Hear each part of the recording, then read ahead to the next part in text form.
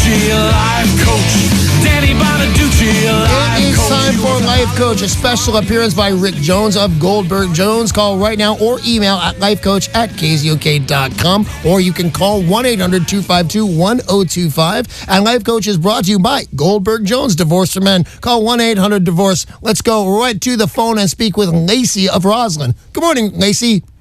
Good morning. How are you? I'm good. How are you? We're all good in the hood. You got a question for Rick Jones? I do. So my boyfriend was legally separated and started paying maintenance in October of 2013. The divorce became final in February of 2014, and he still has to pay her 3 years maintenance. So do the maintenance payments quit in September, or do they end in January? Is it from the time that they were legally separated, or is it from the time they were legally when their divorce is final? You know, the answer to that is going to be in his divorce papers themselves. So the very final papers that were signed, it's going to say, for example, if it's 3 years, it's going to say 3 years from this date or 36 months from this date. If it doesn't say that, they're probably going to interpret it that it was from the date of the final entry of the orders. That would be how you'd normally interpret it. Yeah. It goes one. Because divorce seems to be cutting a deal with your ex-wife, but the deal you cut is in that paperwork. The answer to a lot of people's questions seems to be, hey, look at your divorce decree. Yeah. So that's what you would say? Exactly. They call that law of the case, because you're free to create your own settlement, your own deal, and that's what they did here. Cool. Thank you, Lacey, and thank you, Rick. Let's talk to... Nice, easy answer right there. Rick Jones from Goldberg Jones is here if you've got a question about divorce. And you do. Today would be the day to call 800-252-1025. And Jose in Spanaway is up next. What's up, Jose? Hey, how you guys doing? We're all good. Good. You know, Colin, my girlfriend's kind of getting tired of me still being married to my ex. That happens, man. What's your girlfriend not like about you? My wife? I actually left my wife for the girl I'm with now. We've been together for going on 5 years now. We got an amazing little 2-year-old. And at first, my wife was really pissed off and hated all of us. But now she's really good and all. And the divorce is not going to be a problem. It's all fighting for stuff. But it's just a matter of paying for it. So I'm trying to find the cheapest way of doing it. So what's the cheapest way of doing what? Getting a divorce so I can finalize it and make my girlfriend happy. All right. Well, nothing is ever going to make your girlfriend happy. Let's just all agree on that right now. That just doesn't happen, especially after you marry her. Things are just going to stop making this girl happy. But how do you answer, Mike? Yeah, Jose, real quick, I'm going to give you the three less costly options, all of which have to start with the two of you needing to reach an agreement before you even start on this, though. So that's the key. Number one is do it yourself. Whether it's getting down to the courthouse, talking to somebody, working through how to create those documents, how to create the papers, and getting them filed yourself and finalized. Obviously, there's a downside to that because there's a learning curve problem there. Right. Second one is to go through what's called a paralegal, so somebody that's not an attorney. They're going to be familiar with the forms, but again, they're not an attorney, so that's the downside, but you can probably get that done for as little as about $500, $750. Worth it, my man, worth it. And then the third option is if you've got an agreement, hire somebody that knows what they're doing, that has seen this before. They can march you through the process. They can create these documents. They can customize where it needs to be customized. And ultimately, you can probably get out for $1,000 to $1,500, which in the grand scheme of things, knowing that it's done right is probably the smartest way to go, Jose. He's telling the truth right there. I got a quick question for you, and it's for everybody out there. What is the benefit of fighting? Is it just to get even? I mean, because it's going to go one way or the other, especially in a no-fault state like Washington. So what's the upside of being disagreeable? Sure.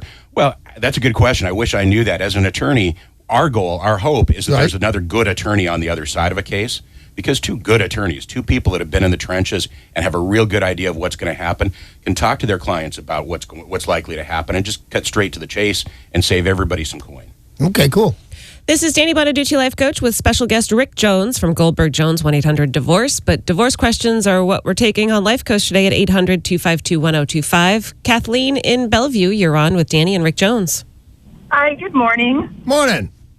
Thanks for taking my call. I have a question. I was recently awarded a rather significant judgment by default because my ex did not respond and didn't show up. And I did it right before my youngest child turned 18. The problem now is we can't collect. So I was looking for advice on how to collect. And what are you talking about collecting on? What was it? Monies that was spousal maintenance? Are we talking spousal support? It was back child support, back medical costs, plus all the interest because he just didn't pay it. Okay. And have you talked with your support enforcement officer at all about enforcement options? I have, and the problem is because my youngest child turned 18. It also included post-secondary child support because she's going to college. And he said they can't help. And he said they can't help with the judgment for everything that was due even before she turned 18. Okay. Well, I'm not sure why he's saying that. I'm a little surprised to hear that as well. My understanding, though, is that their help is discretionary because their help basically is free. They're a lot more motivated when there's a state interest, for example, if you were on public assistance. But that being said, it's probably more luck of the draw in terms of your officer. What that does do is it leaves you out on an island like a lot of people are, though, which is that you've got a judgment, you have money owed to you. You don't have remedies of contempt or throwing him in jail because we don't have a debtor's prison situation here in the U.S. But what you can do is you can lien any property. Oh, you can. That's a pretty big deal. That's significant. Absolutely. Hopefully there's some property to lien, and ultimately you can, like any creditor can, you can make life a little bit difficult until you can collect your money. Right, and if there's no property to put a lien against, he probably wasn't going to have a significant amount of money anyway. If he didn't save it up to buy a house or property, there's probably not a lot of money there anyway. That's right, and your next remedy is garnishment, but that's a really slow, arduous, costly process. Cool. Thank you. Bert, in Seattle, you're on with Danny Bonaduce and Rick Jones from Goldberg Jones. Hey, Bert. How you doing, guys? We're all good. What can we do for you?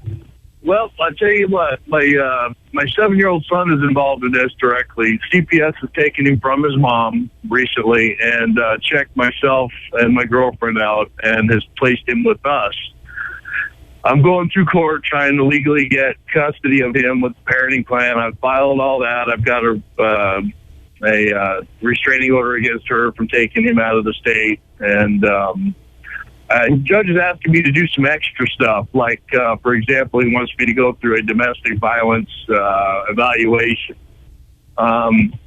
He's kind of being a jerk to me about the whole thing. As soon as he looked up my past on the computer, he's seen that, the ex and I are kind of dotted with domestic stuff.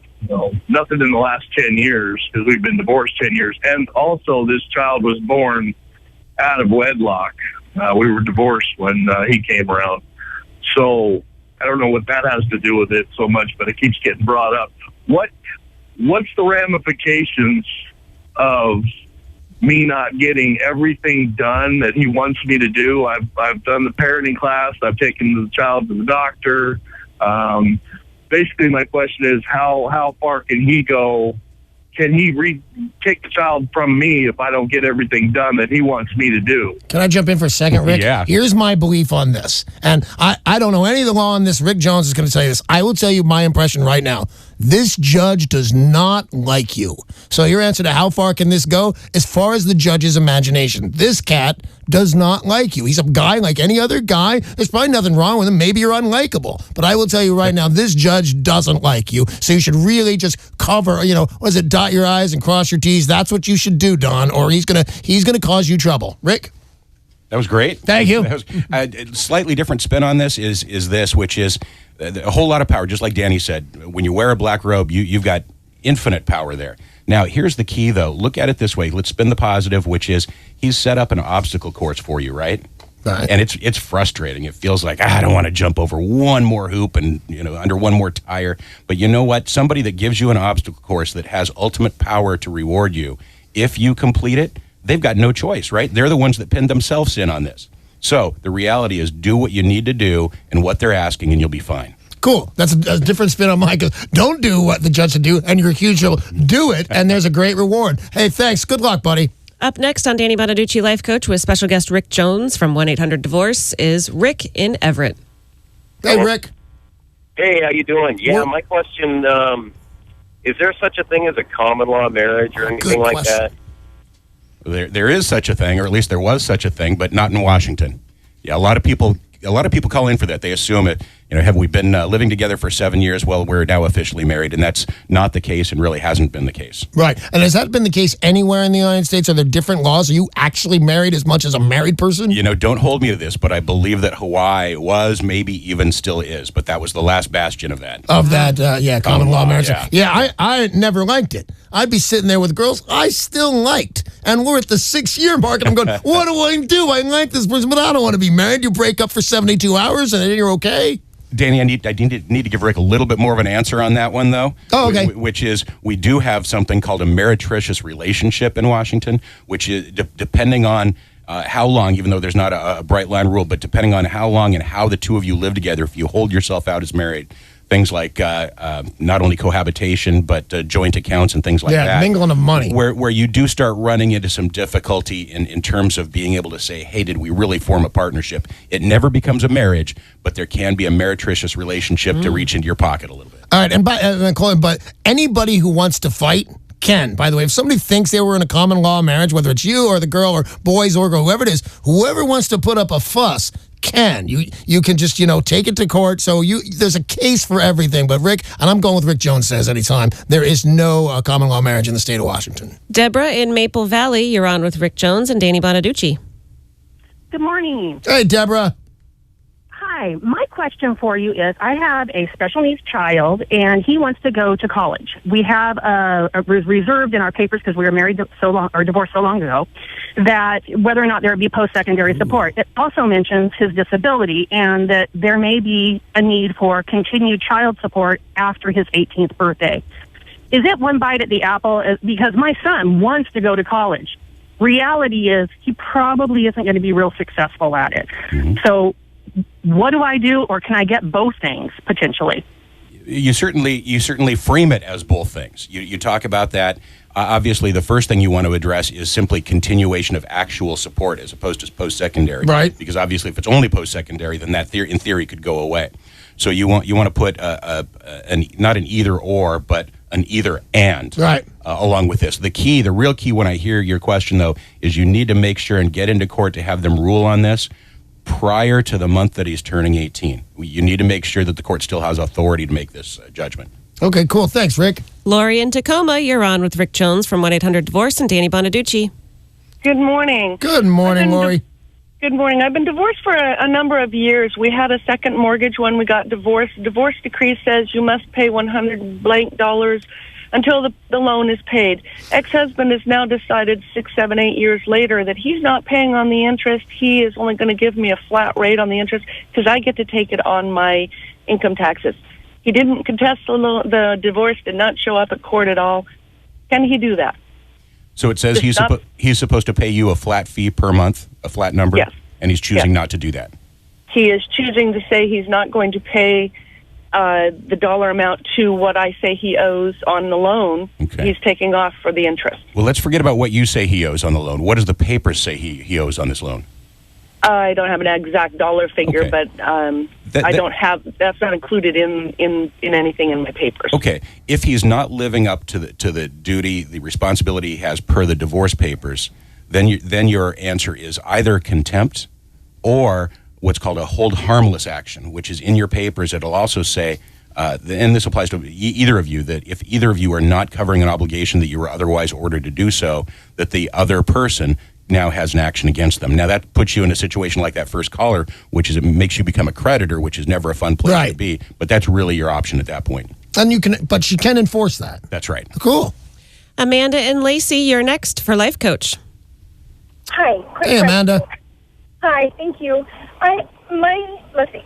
I won sole custody of my son, plus all sole decision making for every aspect of his life, educational, medical, everything through the judge. In the final court order support papers, it gives the percentage of what my ex is supposed to pay for medical. It doesn't say anything about educational expenses. And my son struggled in math, and now he's going through summer school, and of course there's a cost for that. And I was wondering if my ex is obligated to help me pay for his proportionate share of summer school expenses. Well, as it stands right now, no, because, again, we come back to your actual court order, the support order that you have, has a section that could have granted, just like it did with the non-emergency medical, it could have granted a required percentage of educational costs. Now, what that tells me is it probably wasn't an issue when the two of you went through a divorce. What you can do is you can seek what's called a modification of your support order. Right. While this thing is a living, breathing thing, and you can seek a modification based on some sort of a substantial change in circumstance, and that change of circumstance being material educational costs that otherwise weren't expected before. Right. So you had no idea at the time of making the agreement to get a divorce that this kid's going to need summer school, and then a summer school teacher or rides to summer school, so she should go back to have that amended. Yeah, well, because this is a financial issue and a support issue, you really have to do a cost-benefit analysis, because if we're talking 2 months of summer school is going to get this kid right back on track, it may not be worth going back to court. Good call. We've got time for one more caller. Here is Don in Olympia. You're on with Rick Jones from Goldberg Jones, 1-800-DIVORCE, and of course, Danny Bonaduce. Hey, Don. Hey, Danny, how's it going? Hey, I have a quick question. My wife and I have been together since high school, been married 30 years. She hasn't worked in the last 28. She says she wants a divorce. Am I going to have to pay spousal support, and how much am I going to have to pay if I make $70,000 a year? Well, the answer is very, very, very likely yes, Don. Unfortunately, the way the court looks at it is they look at the disparity of income between two people. So right now you've got 70 to 0, which is a fairly significant amount. If you were telling me you made $36,000, then I would be telling you they may not be able to get any maintenance from you. Right. Not enough to go around. But at 70 G's, nice chunk of change. Yeah, well, the reality is you've been paying maintenance for every year for the last 28 years anyways. So the court's not going to buy into the fact that there's not enough money to share. Now, especially after... And the court doesn't care that you're mad. I found that to be true. They don't. Your Honor, please. They don't care. And after 28 years, unfortunately, the argument of she should be back in the workforce making a chunk of money isn't going to fly too well either. All right, cool. Thank you, Rick. You're welcome. All right, that's all the time we have for Danny Bonaduce, Life Coach. And by the way, today, you probably noticed by now, has been the special Rick Jones of Goldberg Jones event. By the way, that's it's Divorce for Men. Call 1-800-DIVORCE.